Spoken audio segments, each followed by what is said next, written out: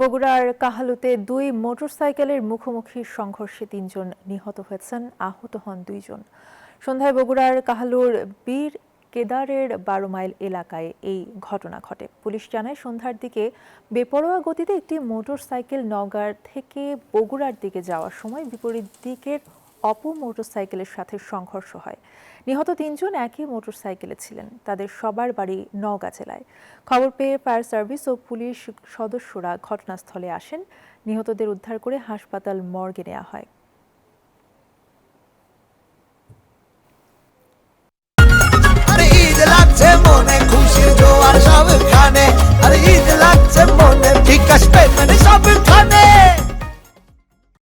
তিনজন যে মারা গেছে নওগাঁ থেকে বগুড়ার দিকে যাচ্ছিল। পিছলার মধ্যে আসা ওরা কন্ট্রোল করতে পারেনি, চাকা ছিঁচড়া যায়, এই সাইডের গাড়িতে আসা মারছে, মারা ৩ জন স্পটেই গেছে। মুখোমুখি সংঘর্ষে ঘটনাস্থলে নওগাঁগামী ৩ জন ছেলে ঘটনাস্থলে মাথায় আঘাত লেগে গুরুতর আঘাত লেগে ঘটনাস্থলে মারা যায়।